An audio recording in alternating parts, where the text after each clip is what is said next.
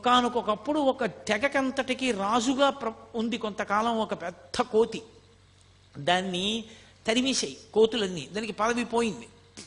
ఇద్దరు అనుచరులు మాత్రం పాపం పాతరాజు గారన్న బెంగతో ఎప్పుడూ అనుసరించి వస్తుండేవి. దానికి ప్రాణోత్క్రమణం అయిపోయే సమయం ఆసన్నమైంది. అది వచ్చి విరూపాక్ష గుహ ముందు తిరుగుతోంది. రమణ మహర్షి చూసి జాలేసి దాన్ని ఇలా 2 చేతులతో ఎత్తి తీసుకెళ్లి ఒళ్ళో పడుకోబెట్టుకున్నారు. దానికి మెడ వాలిపోయి పళ్ళు గిటకరిస్తుంటే దాన్ని ఇటు తొడమించి బరువుకిటు తిప్పుకుంటుంటే దాని పళ్ళు ఆయన శరీరం మీద గీరుకుని మచ్చలు పడ్డాయి. అది ఆయన తొడ మీదే ప్రాణం వదిలింది. ఇది సిద్ధపురుషుడు, అందుకనే అరుణాచల పర్వతం మీద తిరిగి ఇది ఇలా శరీరం విడిచిపెట్టింది, దీనికి విభూతి అలంకారం చేసి బొట్టు పెట్టి దీన్ని తీసుకెళ్లి గొయ్యి తీసి కర్పూరం వేసి ఖననం చెయ్యండి అని ఒక సన్యాసిని ఖననం చేయించినట్టు ఖననం చేయించారు. ఒక కుక్క ఉండేది, అది దేవదాసి ఇంటికి వెళ్ళి పలహారం చేసేది, దేవాలయ ప్రసాదం అన్నం తినేది, దేవాలయంలో పడుకునేది. ప్రతిరోజు వచ్చి రమణ మహర్షులు ఉన్నటువంటి విరూపాక్ష గుహ ముందు నమస్కారం చేసి వెళ్ళిపోయేది. అది శరీరం విడిచిపెట్టినప్పుడు అలాగే చేయించారు. ఆయన దగ్గరికి ఎన్ని ప్రాణులో ఒక కుంటి కోతి ఒకటి ఉండేది. అది ఆయన అన్నం తింటుంటే అది అన్నం తినేది. అది వచ్చేది, ఒక గిన్నెలో దానికి అన్నం పెట్టేవారు, ఆయన తినడం మొదలెట్టే అది తినడం మొదలెట్టేది. కోతికి నిలకడ ఉండదు, అటు ఇటు నడిచి పరిగెట్టి పోసేస్తుంది. ఒక మెతుకు కింద పోయకుండా తినేది. ఒక రోజున అన్నం కింద పడేసింది. అది ఏమి ఇవాళ నీ బుద్ధి ఇలా తయారైంది, అన్నం కింద పడేశావు అన్నారు ఆయన. దానికి కోపం వచ్చి రమణ మహర్షి కంటి మీద కొట్టింది. ఆయన నువ్వు నా దగ్గరికి రావద్దన్నారు. అది ఏడుస్తూ వచ్చి ఒక వారం రోజులు పోయిన తర్వాత అన్నం తినడం మానేసి బతిమాలుకుంది ఆయన కాళ్ళ దగ్గర కూర్చుని, నన్ను మళ్ళీ మీ ఒళ్ళోకి తీసుకోండి, నాకు అన్నం పెట్టండి అని. ఆయన అన్నం పెడితే అది కలిసి అన్నం తినేది. అది ఒకానొకప్పుడు కోతులందరికీ రాజు అయింది. ఆయన అన్నారు నోటితో, నువ్వు ఒకనాడు రాజు అవ్వాలే కోతులకి అన్నారు. అది నిజంగా రాజు అయింది.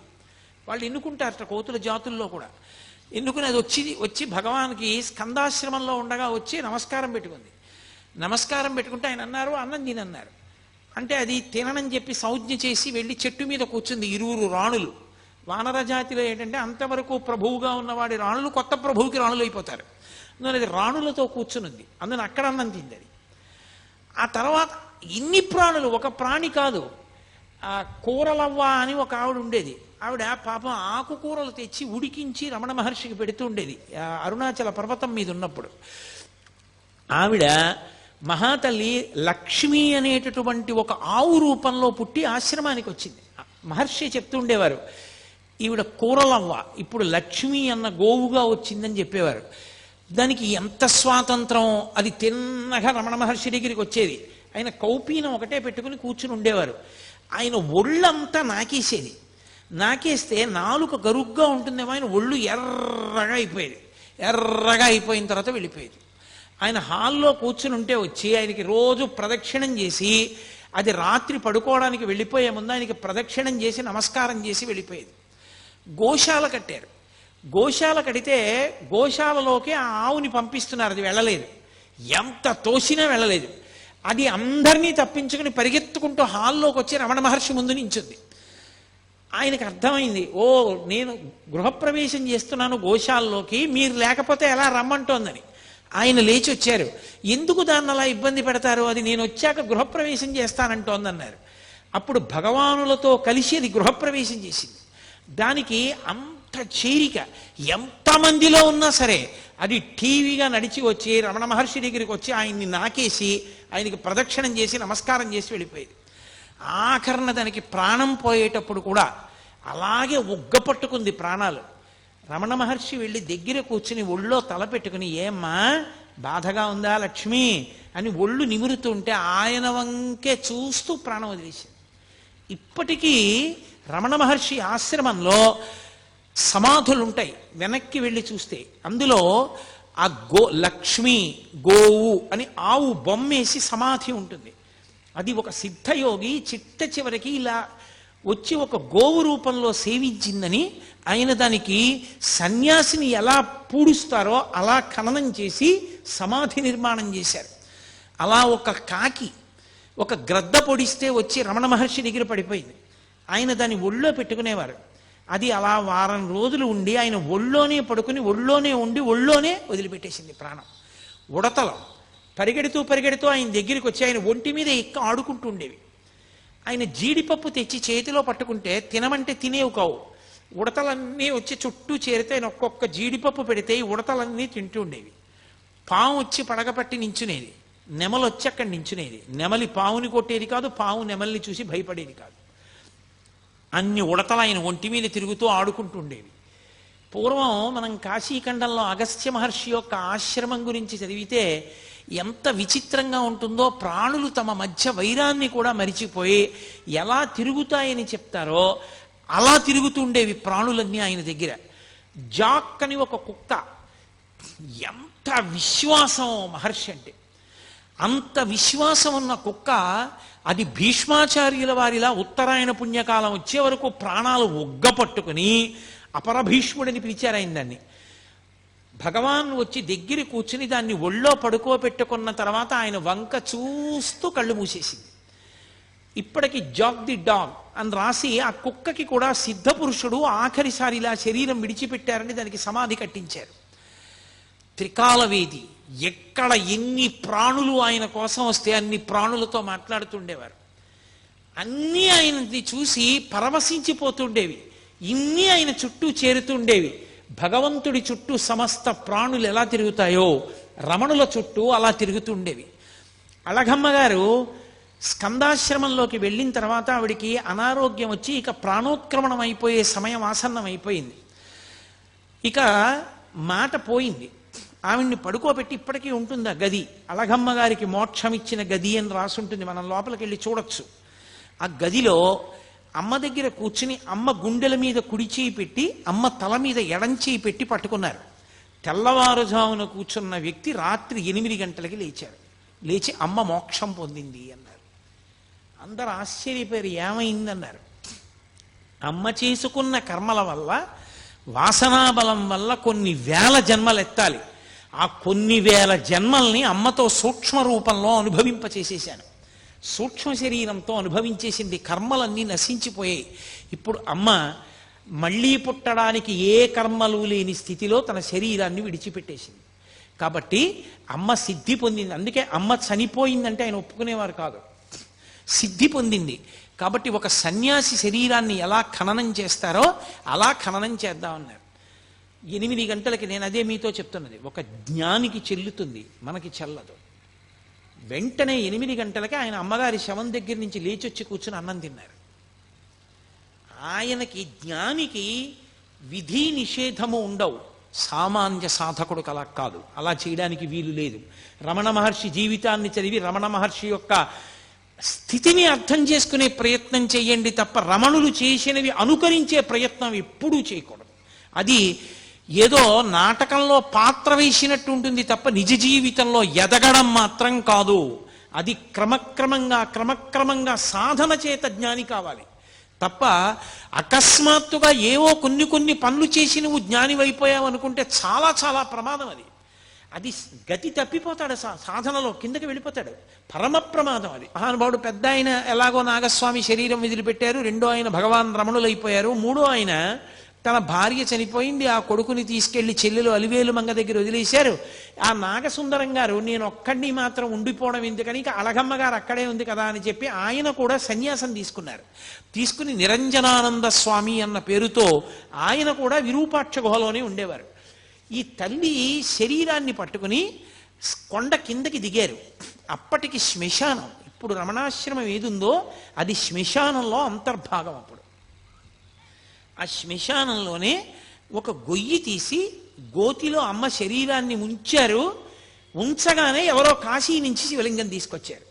వెంటనే అమ్మగారి సమాధి మీద ఆ శివలింగాన్ని నుంచి దీని పేరు మాతృభూతేశ్వరాలయము, అమ్మగా మారిన పరమేశ్వరుడు లేదా పరమేశ్వరుడైన అమ్మ అన్న పేరుతో అమ్మకి గుడి కట్టారు, మాతృభూతేశ్వరాలయం అని. అప్పటికి గుడేం లేదు. కొన్నాళ్ళు పోయిన తర్వాత రోజు కొండ దిగొచ్చి నిరంజనానంద స్వామి పూజ చేసేవారు. రోజు రావడం వెళ్ళడం కష్టంగా ఉందని 4 తాటాకులతో చిన్న పందిరేసుకుని ఆ శ్మశానంలోనే సమాధి పక్కన ఉంటూ ఉండేవారు ఆయన. అలా ఉంటుండగా కొంతకాలానికి జయంతి ఉత్సవాల సమయానికి రమణ మహర్షి కూడా వారం రోజుల ముందు వచ్చి అక్కడే ఉండిపోయారు. ఇంకా ఉండిపోయి ఆయన పైకి వెళ్ళలేదు కొండ మీదకి. ఉండిపోయిన తర్వాత 4 తాటాకు పందిళ్ళు వేశారు. ఒక తాటాకు పందిరి గదిలో రమణులు కూడా ఉంటుండేవారు. అలా ఉన్న రోజుల్లోనే ఒక ఆశ్చర్యకరమైన సంఘటన జరిగింది. ఆయన ఒక గదిలో ఉంటుండగా ఓ కుక్కొకటి లోపల ఉండేది. ఒక 4 కిటికీల దగ్గర పడుకునేవారు. ఆయన పడుకున్నారు. ఇంతలో అలికిడి వినపడింది. ఊరికి చిట్ట చివరకు ఉంది ఆగ్నేయ భాగంలో. ఏమైంది, దొంగలు వచ్చారేమో అని అక్కడ ఉన్నవాళ్ళు లేచి కిటికీలోంచి చూశారు. చూసి 6 ఉన్నారు అన్నాడు లోపల ఉన్న అతను. కనపడ్డారు బయట 6 దొంగలు. 6 ఉన్నారన్నాడు. అనగానే వాళ్ళు కిటికీ అద్దం బద్దలగొట్టి కిటికీ బద్దలగొట్టారు. బద్దలగొట్టి లోపల ఎంతమంది ఉన్నారా, ఎవరున్నారా అని అరిచారు. అరిచేటప్పటికీ రమణులు ఆయనకి నిద్ర ఏమిటి, శరీరం నిద్రపోతుంది. ఆయన కూర్చుని అన్నారు, తలుపు తీయండి, వారిని రమ్మనండి, వారికి కావలసినవి ఏ ఉన్నా తీసుకుని వెళ్ళమనండి అన్నారు. అంటే వాళ్ళు దొంగలు చాలా ఉద్రేకంగా ఉన్నారు, వాళ్ళు మనని కొడతారేమో అన్నారు. వాళ్ళు పాపం ఆ స్థాయిని ఇంకా పొందలేదు, వాళ్ళు దొంగతనంలో ఉన్నారు, వాళ్ళు ఉద్రేకపడచ్చు, కానీ మనం ఎందుకు ఉద్రేకపడాలి, తప్పు కదా, తీయండి తలుపు అన్నారు. అంటే తలుపు తీశారు. తలుపు తీసి లోపలికొచ్చి వాళ్ళు బడిత కర్రలు పెట్టి ఆ చుట్టూ ఉన్న వాళ్ళని అరిచిన కుక్కని కూడా కొడితే కుక్క భయపడిపోయి పారిపోయింది గదిలోకి. వాళ్ళు కూర్చున్న రమణుల దగ్గరికి వచ్చారు. వచ్చి ఏం దాచావు చెప్పు, నీ దగ్గరికి చాలామంది వస్తారు కదా, ఎంత ఉంది చెప్పమన్నారు. ఏమీ లేదు, ఉన్నవన్నీ అక్కడే ఉన్నాయి, మీకు కావలసినవి ఏ ఉన్నా మీరు పట్టుకెళ్ళవచ్చు అన్నారు. వాళ్ళు బడితి కర్ర తీసి ఆయన ఎడమ తొడ మీద కొట్టారు. బలంగా కొట్టే వెంటనే ఇలా తట్టు తేరిపోయింది. అంత దెబ్బ కొట్టే అబ్బా అని కూడా అనలేదు ఆయన. అలాగే కూర్చుని ఇక్కడ కూడా కొడతారా అని అడిగారు. అసలు బుద్ధి ఉందా వీడికి, అంత దెబ్బ కొడితే ఇక్కడ కొడతావా అని అడుగుతాడేమిటి అని ఆ శిష్యులు అందరినీ కొట్టారు. కొట్టిన తర్వాత వెతికారు. ఏదో 4 రూపాయలను, యాపిల్ పండు, కొద్దిగా బియ్యం అవి ఏవో దొరికాయి. అవే మూట కట్టుకుని వెళ్ళిపోయారు. వెళ్ళిపోతుంటే ఈయన్ని బయటికి పొమ్మన్నారు. అంటే వెళ్ళి ఉత్తర గృహంలో ఒక చిన్న తాటాకు పందిరి కింద కూర్చున్నారు. ఒక అతను చూశాడు, రామకృష్ణ అని అతను చూశాడు, ఇంత తట్టుంది ఆ తొడ మీద, ఇంత దెబ్బ కొడతారా అని ఇనప ఓచొకటి తీసుకుని ఇవాళ ఒకడినైనా చంపేస్తానని వెళ్తున్నాడు. రమణులు పట్టుకుని అన్నారు, అన్నం తింటున్నప్పుడు నాలుక పళ్ళ కింద పడుతుంది ఒక్కొక్కసారి. పళ్ళు నాలుకని కొరికాయని నాలుకది తప్పని నాలుక కోసుకుంటావా? నాలుక సరిగ్గా ఉన్న పళ్ళే కొరికాయని పళ్ళు పీక్కుంటావా? పళ్ళు నావే, నాలుక నావే, వాళ్ళు ఈశ్వరుడే, నేను ఈశ్వరుడే. ఇంత గొప్ప పూజ నాకెవరు చేస్తారు? ఎంత మంచి పూజ చేశారు. వాళ్ళు దొంగలు కాబట్టి పాపం వాళ్ళకి తగిన సంస్కారం లేదు. వాళ్ళు ప్రవర్తించినట్లుగా మనం ఎందుకు ప్రవర్తించడం, తప్పు అలా చేయకూడదు, ఊరుకోండి అన్నారు. వాళ్ళు వెళ్ళిపోయారు. మరునాడు ఈ విషయం కర్ణాకర్ణిగా పోలీసులకి తెలిసి పోలీసులు వచ్చారు. కనీసం కొట్టారని దెబ్బ కానీ ఏమీ చూపించలేదు మహర్షి. కానీ దొంగలు పట్టుబడ్డారు, వాళ్ళని జైల్లో పెట్టారు. తర్వాత నేను మీతో ఎందుకు మనవి చేస్తున్నానంటే, నిద్దట్లో దొంగలు వచ్చారు, కర్రలు పెట్టి కొడుతున్నారు అంటే ఎవరైనా ఎంత ప్రతిస్పందించాలి? అప్పుడు కూడా ఆయనది ఉదాసీనమే, అదే స్థాయి, అంతే ప్రేమ. అమ్మని పిల్లాడు పిలిచి ఎవరితోనో మాట్లాడుతుంటే అమ్మ పలకలేదని కోపం వచ్చి చెళ్ళని చెంపకాయ కొడితే ఏమిటది అని ఊరుకున్న అమ్మలా, పిల్లవాడికి తెలియదని క్షమించేసిన తల్లిలా, క్షమించేయడమే తప్ప కనీసం దొంగల మీద ఒక చిన్న కంప్లైంట్ ఇవ్వలేదు. ఎప్పుడూ ఆయన అసలు మళ్ళీ ఆ సందర్భాన్ని స్మరించలేదు.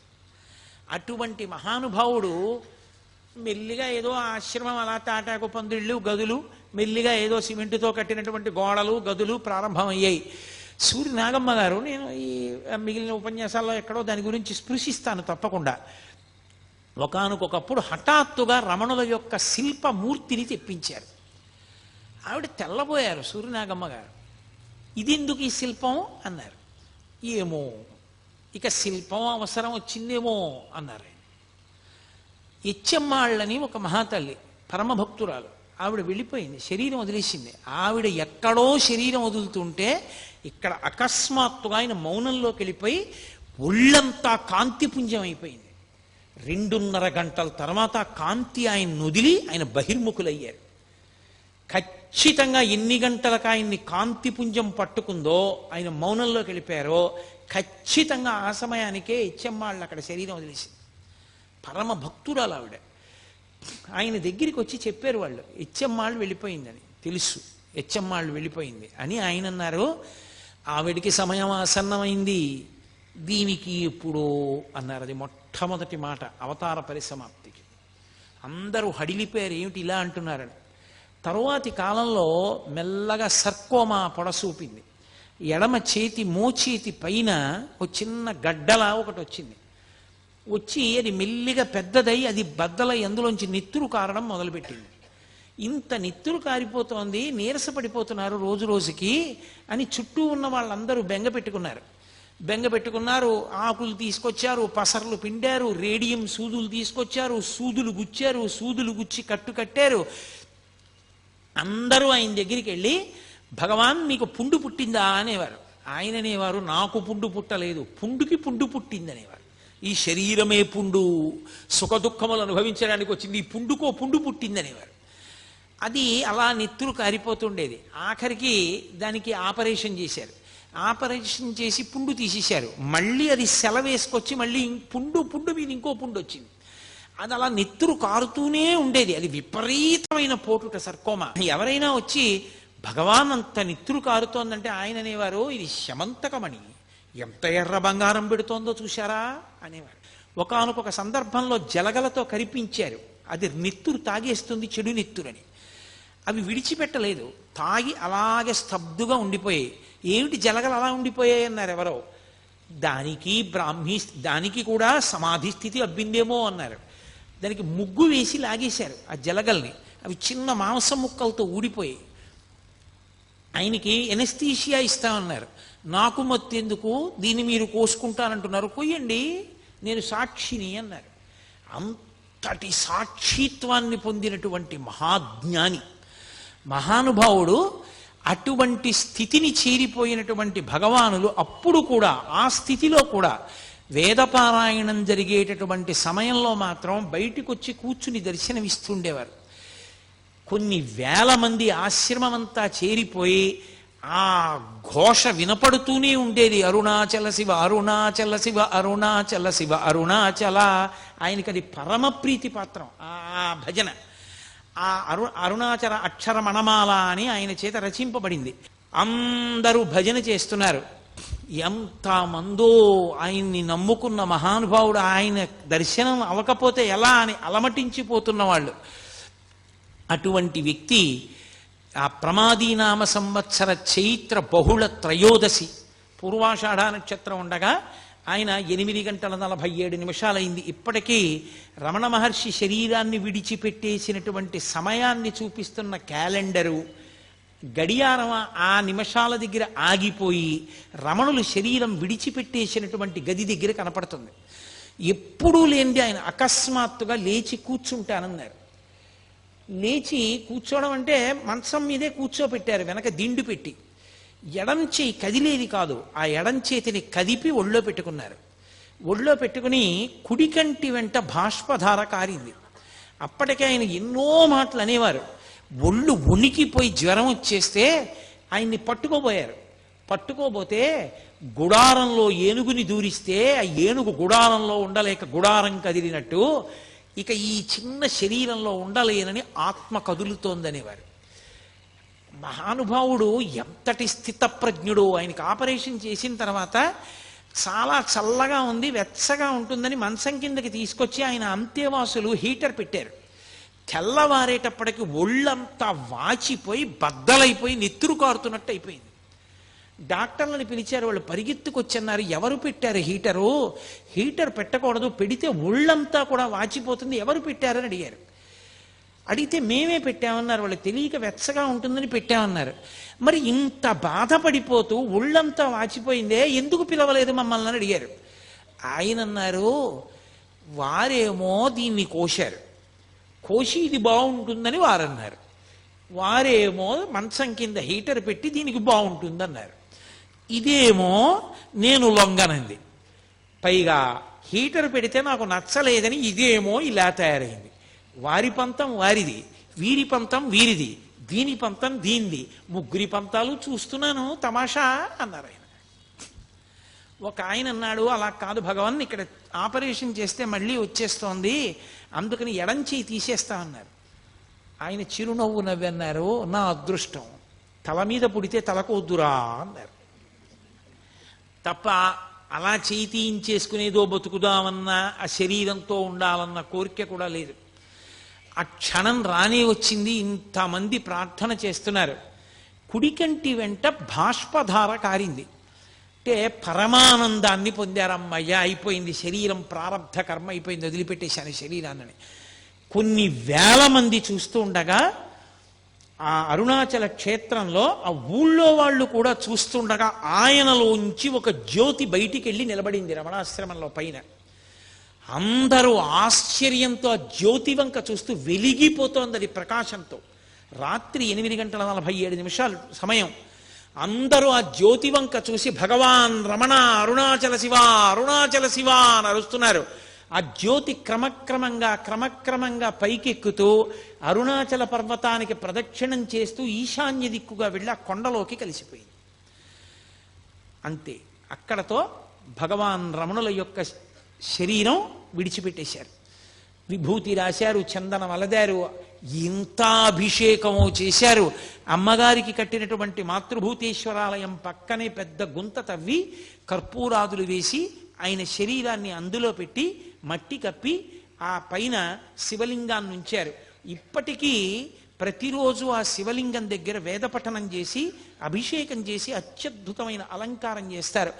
ఎందరో దేశ విదేశాల నుంచి వచ్చిన వాళ్ళు అక్కడే కూర్చుని ఉపదేశ సారము మొదలైనవి చదువుకుని ఆ రమణ మహర్షి ఉన్న ప్రాంతానికి ఆ సమాధి, ఆయన ఉన్న అధిష్టానం, శివలింగం ఉంటే అధిష్టానం అంటారు, దానికి ప్రదక్షిణం చేస్తూ ఉంటారు. ఆ పక్కనే ఒక బావి ఉంటుంది, దాన్ని రమణ బావి అంటారు. రమణ మహర్షి తల్లిగారు అళగమ్మ గారి శరీరం విడిచిపెట్టినప్పుడు సమాధి కట్టిన రోజుల్లో అక్కడ కావలసినంత నీరు దొరకకపోతే ఎక్కడికో పాలితీర్థానికి వెళ్ళి నీళ్లు పట్టుకొస్తుండేవారు. శవానికి నీళ్లు పోసినప్పుడు కూడా ఆ నీళ్లు అంత దూరం వెళ్ళి తెస్తున్నారని రమణ మహర్షి ఒక చోట కూర్చుని చేత్తో ఇలా అన్నారు. ఇలా అన్నారు కదా భగవానులని తవ్వారు. తవ్వితే అక్కడ జలపడింది. ఇప్పటికీ ఇది తిరువణ్ణామలై అంతా ఎండిపోతుంది, కానీ ఆ నూతిలో నీళ్లు మాత్రం ఎప్పుడూ ఎండవు. దాన్ని రమణబావి అని పిలుస్తారు.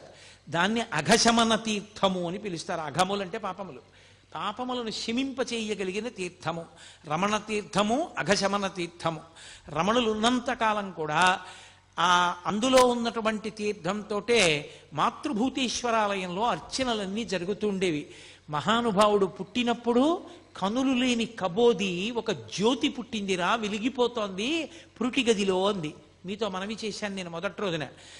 ఆయన ఆఖరణ శరీరం విడిచిపెట్టినప్పుడు కొన్ని లక్షల మంది ప్రత్యక్షంగా జ్యోతి పైకెక్కి అరుణాచల పర్వతంలో, అరుణాచల శిఖరంలో కలిసిపోవడాన్ని చూశారు. జ్యోతిని చూసి తిరువణ్ణామలై అంతా పరిగెత్తింది రమణాశ్రమానికి. ఏమైంది రమణులకని? ఆ జ్యోతి రూపంలో ఆయన వెళ్ళిపోయారు. సర్వం శ్రీ ఉమామహేశ్వర పరబ్రహ్మార్పణమస్తు. స్వస్తి.